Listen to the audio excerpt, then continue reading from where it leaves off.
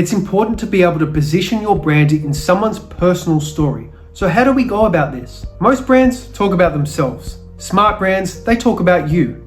The smartest brands, they make you the main character. Because at the end of the day, we're all heroes in our own story.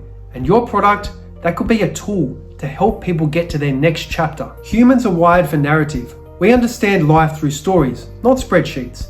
And in every story, there's a protagonist. Someone facing challenges, seeking progress, craving meaning. When a consumer lands on your website or sees your ad, they're not thinking, how good is this brand? They're thinking, how does this fit into my life? Will this help me become the person I want to be?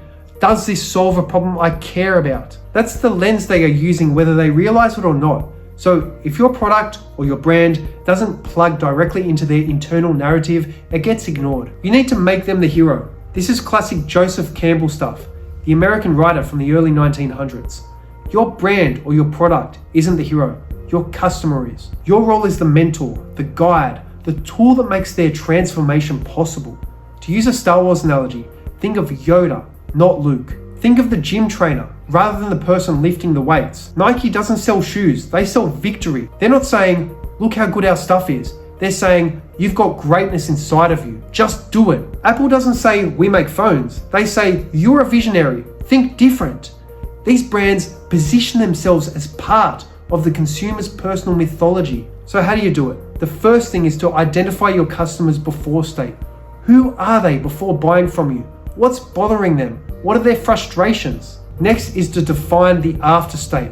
Who do they become after buying your product or service? Do they become less stressed, more admired, more confident? And then thirdly, build your messaging around that transformation. Show their journey, not just the product. You're not selling skincare. You're helping someone feel beautiful.